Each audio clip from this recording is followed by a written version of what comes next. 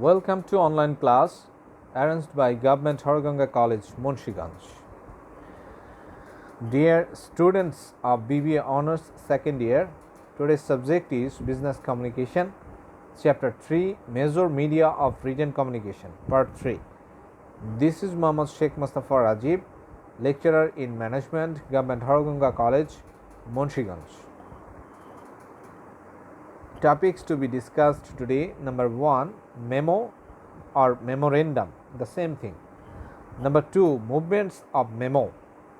Number 3, purposes, functions or objectives, the same thing of memo. Number 4, compulsory parts, elements of a memo. And number 5, format, parts, elements of a memo. Number 6, merits and demerits of memo. So what is memorandum or memo? Actually, the word memorandum and the memo indicates the same meaning. Memo is a short message sent from one person to another person in the same organization. অর্থাৎ memo হচ্ছে একটা ছোট আকারের একটা message, একটা বার্তা যেটা একজন ব্যক্তি আরেকজন ব্যক্তিকে পাঠায় একই প্রতিষ্ঠানের ভিতরে, যারা একই প্রতিষ্ঠানের এমপ্লয়ি তাদের মধ্যে এই বার্তা আদান প্রদান হয় মেমোর মাধ্যমে। Memos are used within an organisation, অর্থাৎ একটি প্রতিষ্ঠানের ভেতরে, এক্সটার্নাল কমিউনিকেশনের জন্য না, ভেতরেই এমপ্লয়িজদের মধ্যে যোগাযোগ হয় টু এক্সচেঞ্জ ইনফরমেশন, অর্থাৎ তথ্য আদান প্রদানের জন্য। মেমো আর মেমোরেন্ডাম মিনিং রিমাইন্ডার, এটা অরিজিনাল শাব্দিক অর্থ হচ্ছে reminder. Is used for communicating policies, কি কমিউনিকেট করার জন্য? কমিউনিকেট মানে কি? যোগাযোগ করার জন্য, অর্থাৎ বার্তা পৌঁছে দেওয়ার জন্য।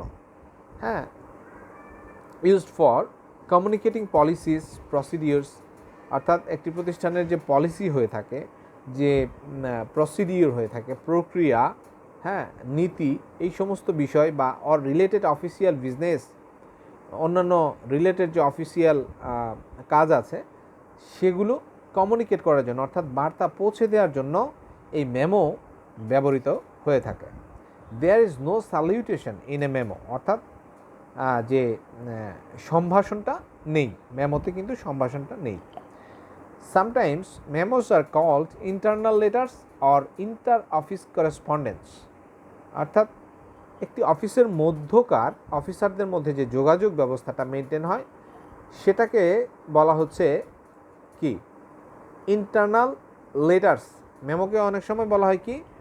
ইন্টারনাল লেটার্স, মানে আন্ত যোগাযোগের জন্য একটি প্রতিষ্ঠানের মধ্যে অফিসারদের মধ্যে যোগাযোগের জন্য যে লেটার, যে চিঠি চালাচালি হয় সেটাকে, ছোট সেই চিঠিকে আমরা বলে থাকি মেমো, বা এটাকে ইন্টার অফিস করেসপন্ডেন্সও বলা হয়ে থাকে। They bring attention to problems and they solve problems, হ্যাঁ, তারা কোনো একটা সমস্যাকে সামনে নিয়ে আসে, তুলে ধরে এবং সেটার সমাধানটাও তারা অনেক সময় বাতলে দিতে পারে। কারা? মেমোস, অর্থাৎ এই যে ছোট ছোট চিঠি একটি অফিসের মধ্যে বিভিন্ন ডেস্ক থেকে বিভিন্ন ডেস্কে আদান প্রদান হয় বা বিভিন্ন বিভাগ থেকে বিভিন্ন বিভাগে আদান প্রদান হয়, সেগুলো। In the words of Thill and Bovee, Thill and Bovee বলেছেন memos are the work horses, অর্থাৎ মানে মেমো এমন একটি জিনিস যেটা ঘোড়ার মতো কাজ করে, of business communication used for the routine day to day exchange of information within an organisation. একটি প্রতিষ্ঠানের ভেতরে, হ্যাঁ, দিনে দিনে প্রতিদিন যে রুটিন মোতাবেক যে সমস্ত কার্যগুলি সম্পন্ন হয়, সেই কাজগুলোর জন্য যে সমস্ত তথ্য আদান প্রদান করতে হয়, সেই তথ্য আদান প্রদান করার জন্য, হ্যাঁ, প্রতিষ্ঠানের ভেতরে বিভিন্ন বিভাগ, উপবিভাগের মধ্যে তথ্য আদান প্রদানের জন্য বা বিভিন্ন ডেস্কের সাথে বিভিন্ন ডেস্কের তথ্য আদান প্রদানের জন্য মেমোর মাধ্যমে তথ্য আদান প্রদান করা হয়ে থাকে। আচ্ছা, compulsory parts, elements and movements of memo, অর্থাৎ বাধ্যতামূলক যে সমস্ত অংশ একটা মেমোর মধ্যে থাকতে হবে, যেগুলো না থাকলে একটা মেমো সম্পূর্ণ হবে না, সেই চারটে 4 কম্পালসরি এলিমেন্টস অফ মেমো চারটে। একটা হচ্ছে টু, ফ্রম, সাবজেক্ট, ডেট। অর্থাৎ টু কাকে মেমোটা দেওয়া হচ্ছে তার নাম লিখতে হবে, অ্যাড্রেস লিখতে হবে। ফ্রম যার কাছ থেকে মেমোটা যাচ্ছে তাকে তার নাম অ্যাড্রেস লিখতে হবে।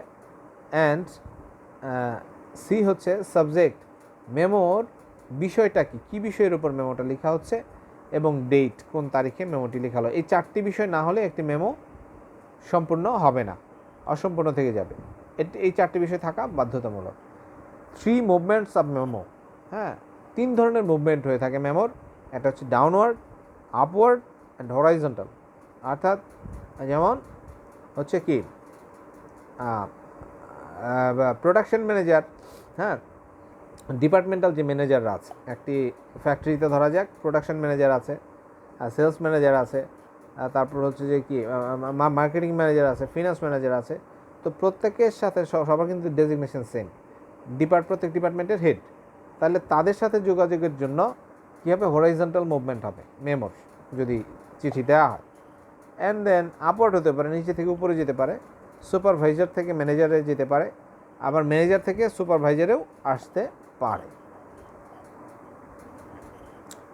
Purposes, functions, objectives of memo আর মেমোরেন্ডাম। মেমোরেন্ডাম অথবা মেমোর যে উদ্দেশ্য বা যে কাজ বা পারপাস, সেটা কি, employees within an organisation accomplish অর্জন করে, দেয়ার গোলস তাদের লক্ষ্য অর্জন করে, বাই ইনফর্মিং দ্য রিডার, যাকে পাঠানো হচ্ছে যে পড়বে এই মেমোটা, তাকে তথ্যটা প্রদান করে, অ্যাবাউট নিউ ইনফরমেশন নতুন একটা তথ্য তাকে প্রদান করে লক্ষ্য অর্জন করে থাকে। কীভাবে, লাইক পলিসি চেঞ্জেস, কোনো নীতিগত পরিবর্তন আসলে কোনো প্রতিষ্ঠানের মধ্যে সেটা মেমোর মাধ্যমে একটি প্রতিষ্ঠানের ভেতরের বিভিন্ন বিভাগ উপবিভাগে মেমো পাঠানোর মাধ্যমে সেই নীতির পরিবর্তনটা জানানো হতে পারে। প্রাইস ইনক্রিজেস, কোনো পণ্যের দাম যদি আমাদের প্রতিষ্ঠানের কোনো পণ্যের যদি দাম বাড়ানো হয় সেটাও মেমোর মাধ্যমে জানানো হতে পারে। অর বাই পারসুয়েডিং দ্য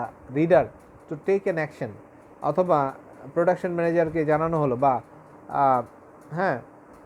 জানানো হলো প্রোডাকশনে কোনো প্রসিডিউরে পরিবর্তন আনলে সেটা পরিবর্তনের জন্য হয়তো জেনারেল ম্যানেজার থেকে প্রোডাকশন ম্যানেজারের কাছে কোনো একটা মেমো যেতে পারে এই ব্যাপারে অ্যাকশন নেওয়ার জন্য। আদার পারপাসেস, ফাংশনস, অবজেক্টিভস আর অ্যাজ ফলোজ। অন্যান্য কিছু উদ্দেশ্যাবলী আছে এই মেমোর। এ হচ্ছে টু কনভে ইনফরমেশন, তথ্য পৌঁছে দেওয়ার জন্য। বি হচ্ছে টু মেক রিকোয়েস্ট, কোনো অনুরোধ রিকোয়েস্ট করার জন্য। সি হচ্ছে টু রিফিউজ রিকোয়েস্ট করা হলো, সেটার ফিডব্যাক হিসেবে, অ্যান্সার হিসেবে আবার রিকোয়েস্টকে রিফিউজও করা হতে পারে, যেন it's not possible to accept your request, এটা হতে পারে। এই মেসেজ দিয়েও যদি আবার ফিরতি মেমো পাঠানো হয় সেটাও হতে পারে।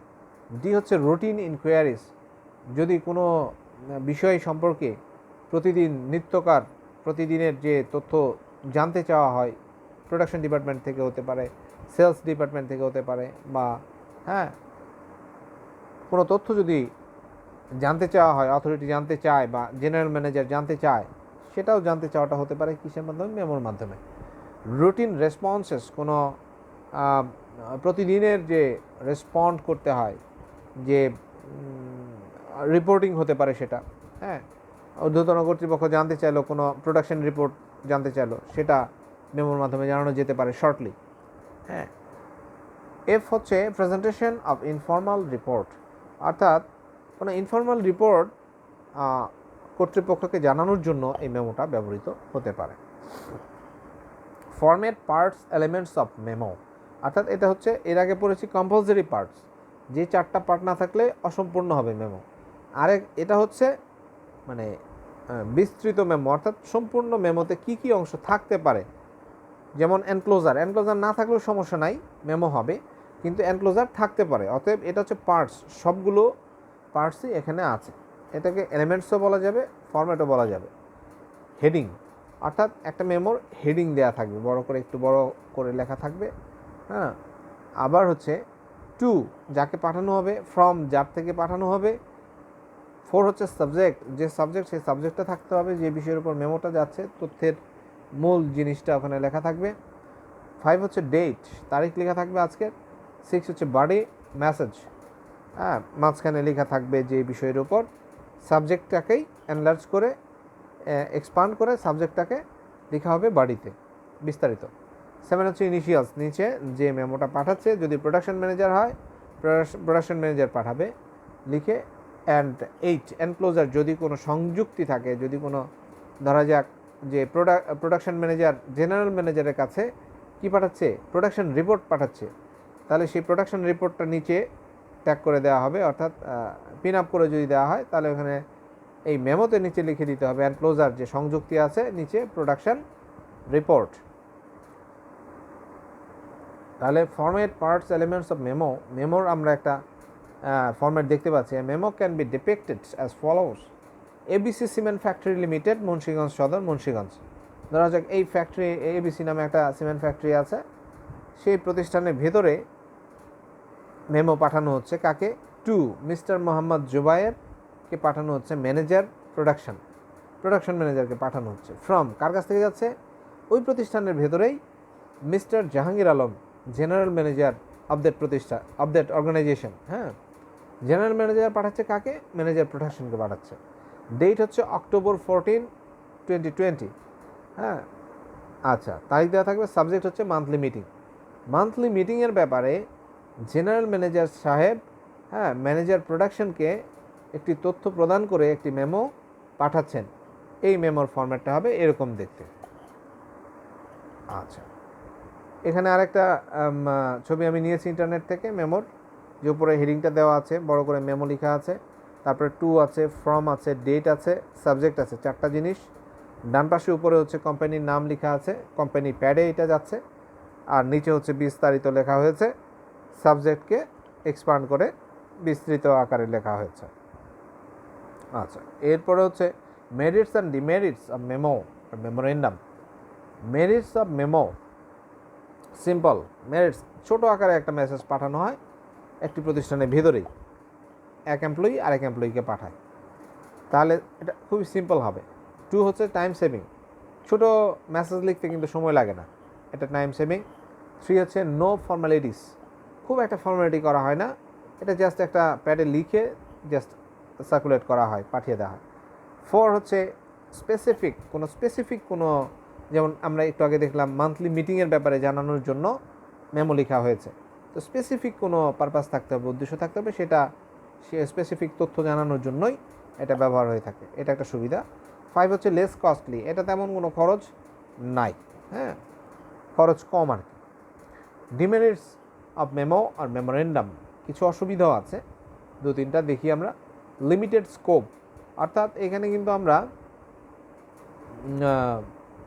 এর ক্ষেত্রটা কিন্তু লিমিটেড, হ্যাঁ, সব কাজে কিন্তু এটা ব্যবহার করা যাবে না। যেমন কোনো ফর্মাল রিপোর্ট আমি প্রেজেন্ট করতে গেলে, হ্যাঁ, সেক্ষেত্রে কিন্তু আমার এই মেমো দিয়ে হবে না, তখন আমাকে ফর্মাল রিপোর্ট ফর্মাল আকারেই, বড় আকারেই সুন্দর করে করতে হবে। আর এটা হচ্ছে ছোটো আকারে কোনো রিপোর্ট যদি ইনফর্মালি আমি জেনারেল ম্যানেজারকে জানাতে চাই, তাহলে আমি ছোটো আকারে মেমো লিখে তাকে আমি এটা পাঠাতে পারবো, হ্যাঁ, তথ্য দেওয়ার জন্য। 2 হচ্ছে ল্যাক অফ সিক্রেসি, গোপনীয়তা থাকে না, যেহেতু এটা যেহেতু ওপেন এবং ছোটো একটা মেমো, হ্যাঁ, ছোটো একটা কাগজের টুকরা, তো এটা সার্কুলেট করা হয় যখন, তখন এটা সিক্রেসি মেনটেন করা হয় না। 3 হচ্ছে not suitable for external communication, অর্থাৎ এটা শুধু উইদিন দ্য অর্গানাইজেশন, অর্থাৎ একটি প্রতিষ্ঠানের ভেতরের এমপ্লয়িদের মধ্যেই যোগাযোগটা হয়ে থাকে এই মেমো ব্যবহারের মাধ্যমে, কিন্তু বাইরের কোনো প্রতিষ্ঠানের সাথে যোগাযোগের জন্য মেমো ব্যবহার করা যায় না। তাহলে এগুলো ছিল 2-3টা ছিল ডিমেরিটস বা অসুবিধা, মেরিটসও আছে। তো এই মেমো থেকে কিন্তু একটা প্রশ্ন থাকে, হ্যাঁ, আমরা আজকে মেমোর রিলেটেড প্রশ্নগুলো পড়লাম। নেক্সট ক্লাসে আরও 2-1টা প্রশ্ন থাকলে ইনশাল্লাহ এটা কভার করে দিব, তোমরা বাসায় আর একটু দেখে নেবে। আগামী ক্লাসে আবার দেখা হবে, আজকে এ পর্যন্তই, আল্লাহ হাফেজ।